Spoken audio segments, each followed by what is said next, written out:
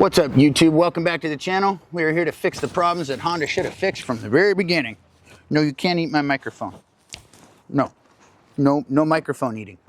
Got a sloppy shifter? Feel like you're shifting your car in a bowl of lumpy oatmeal? Today, we must discuss the biggest fear of any manual transmission owner, including Honda's. Will my vague, sloppy, am I even in gear stick shift fail, or is it gonna leave me stranded? Yep, we're talking about manual transmission wear. Over time, bushings, they wear out, shift linkage gets sloppy. You're just gonna end up with a car where you're missing shifts, like you're wondering, is this the first time I've ever driven a stick shift before? Well, fear not, we've got the cure for you. Behold, the Buddy Club short shifter. It's about $200 online. There is a Revo Technica that you can get cheaper on eBay for about $100, but this thing promises shorter throws, crisper shifts, and just general overall new driving experience for your Honda Element all-wheel drive. And today, yes, we're gonna install it.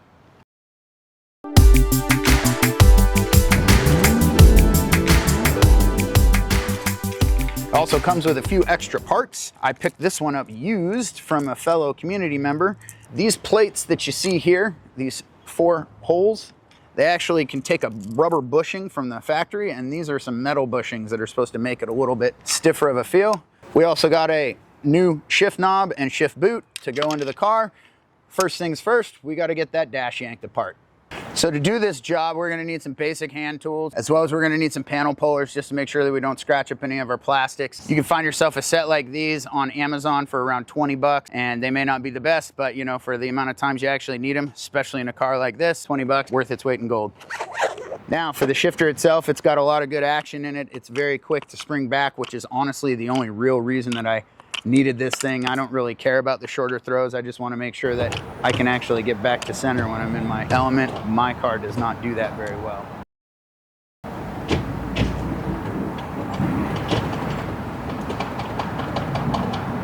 All right, we're also going to be doing a 6th gear delete on this vehicle. There we go, no more 6th gear. All right, so here we are in 1st gear. We're gonna get a baseline of how far the throw is on this super janky, original 180,000 mile manual shifter. Looks like it goes from about 4 to about 6.5 or 7, depending on how we're gonna measure this. It's gonna be the same-ish in each of these gears. So the first thing we need to do is get all of this paneling off. First things first, we're gonna get the shroud around the stereo off. Should just be 4 easy clips that come out. Let's put it in the dash. So if they're not coming out, you can put a little positive pressure on it. Boom. Pop it out. Now, stereo has got a couple different wires in the back of it. This, our antenna wire, and our main harness wire, which is just a little simple clip. Pull it off, set your stereo out of the way. You'd undo the shift knob. I'll put that right here. There should be a couple of harnesses back here that will be connected. One for the hazard light, and then this other one for the air conditioner stack. There might be a button on the bottom. Can you see if there's a button anywhere? Push in a little bit to get the button to fully release. Yep, beautiful. All right, this is where we'll mount the new shift boot. So you can see all this play in here. The new shifter is supposed to get rid of that. These old plastic pieces in here just get worn down over time, and they gotta go. So to make our lives easier to be able to get into this area, we're actually gonna go ahead and pull the subwoofer box so that we can kind of reach behind it and get back there. This one is actually just kind of press fit in here because I don't have these extra clips in. Makes working on it a little easier.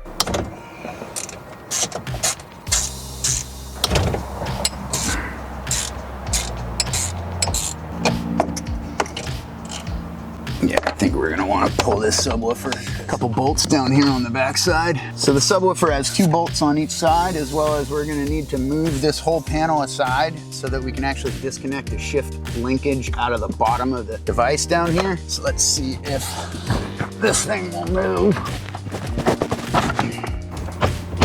So on the top of your shift system here, you have these little clips, and if you maneuver these around like so, then this clip can come down.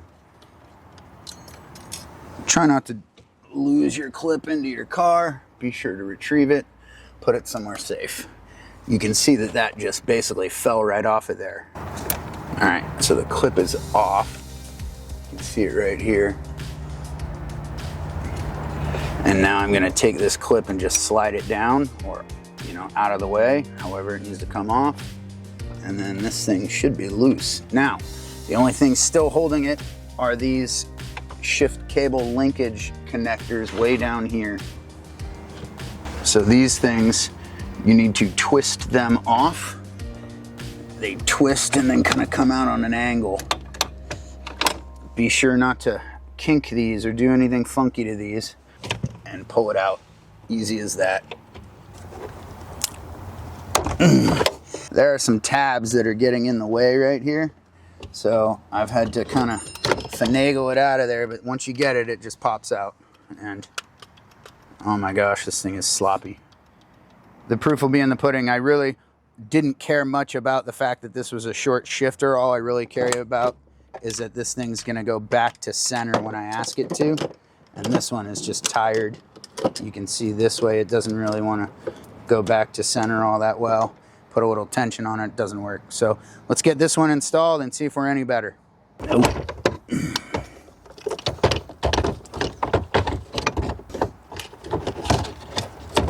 There we go, that was a little easier.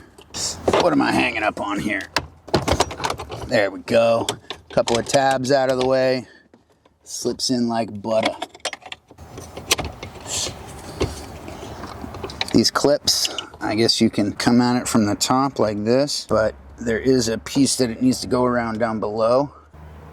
You can see this little side channel here. This piece goes underneath it, and then that's how that snaps in.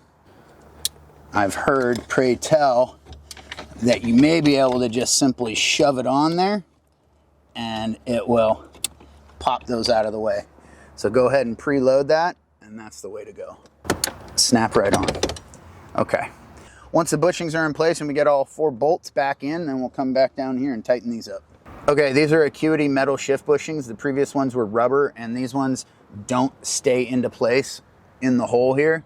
So what we actually need to do is just very carefully kind of press fit these, slip these in here and make sure that they all stay without falling out. Maybe 1 or 2 will fall out, and then we'll get our bolt, put the other one in place, and then we can secure them in place like that. Dry fit it. All right, so we're gonna slip this one back behind here, get it in place, just slip our bolt in there, and we can finish off up here on the top. I want to torque them down to a good solid 15 or 20 ooga doogas.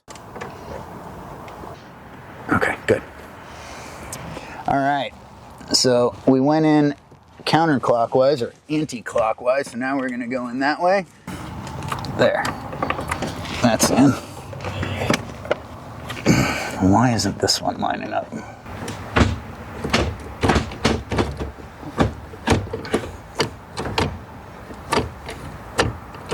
All right, well, apparently that's it. We got it installed. All right, so we got the original shift boot here that we need to remove. We're gonna go ahead and flip this thing over. All right, so now that we got it flipped over, there's 3 screws. There, there, and there. We're just gonna undo this real quick. Don't use a high-powered impact gun on these. You're just gonna roach everything. Just gonna ruin it. It's old, 25-year-old plastic.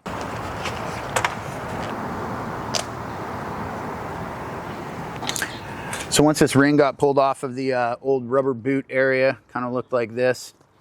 Well, now we need to figure out how to attach the new one to this. So what this gentleman did that had this previous to me is he just basically took these and screwed right through the leather into the console, and that must have gotten it working for him, because that's the holes that I see here. So this is what this is going to look like. I got my screw going through on both sides, and then I'm just going to screw this down into the bezel, get it at least through the leather so that it's all holding everywhere. Oof. Don't rip your leather, folks, like I just did.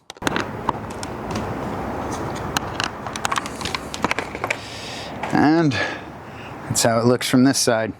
All right, looks easy enough. Now we're just basically getting our electronics hooked back up. This would be the AC controls, this would be the hazard light. So we're just gonna go ahead and start with the AC controls, which was the harder of the two.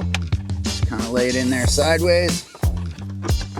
Maneuver it where you need to. Any stereo wires that came out that just need to go back in place, you can get those in. Unfortunately, I got a little bit of my boot hanging out down here. That ain't gonna work. Now I'm just putting a little bit of silver tape down here to hold this in place so that I can snap all these in. Should go back in, just like that. All right. Still doesn't want to return to center, but oh yeah, that throw is definitely shorter. 4 bolts going back in for the subwoofer. Should just slide back into place.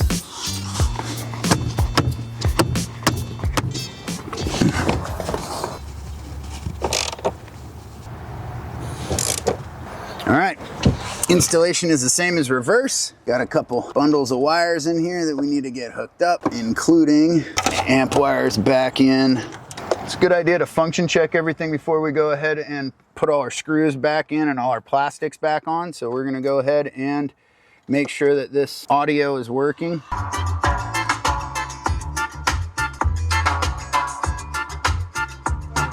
Everything appears to be working.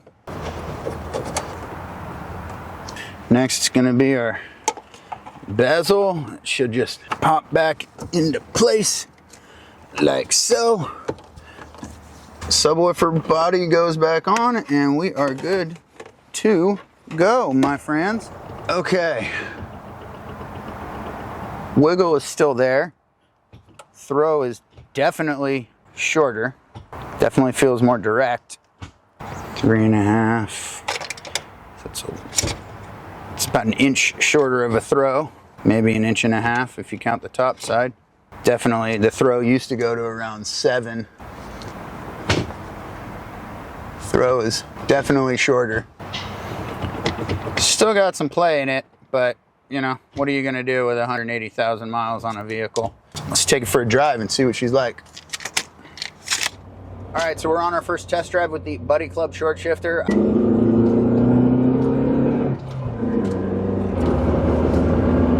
So throw engagement is definitely shorter on this by an inch or two. It definitely feels better. It's also a little bit lower into the car chassis, so it's just a shorter throw that way as well. Definitely has less slop, and it's a little bit crisper going into the gears. Downshifts are a little easier. I can get back on power a little bit faster because the throw is less. I generally am rather pleased in the first quarter mile that I've been test driving this thing. For 200 bucks plus the shift knob and the little extra bushings, might be an extra 30 bucks. For 250 bucks, man, this is definitely the way to go if you want to get some life back into your old manual transmission. If you got a Honda that needs a bit of an upgrade on the clutch, or you think the clutch might be going out or it's getting sloppy, definitely do this. And I just went ahead and threw this in here because I wanted to have better shifting experience for my Honda Element all-wheel drive, and I've accomplished that. So do you want to get rid of an old Honda part and trade it out for something a little better? 180,000 miles, that one needs to go. Buddy Club short shifter's been installed. Is it worth it?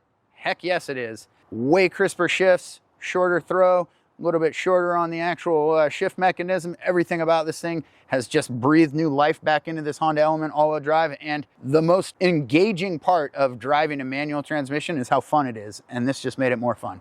So if you like what you see, we got another video here on the other clutch mods that we've done, and be sure to go ahead and hit that like and subscribe button, or consider becoming a member to the channel so that we can bring you more exclusive content like this and like that. See you in the next one.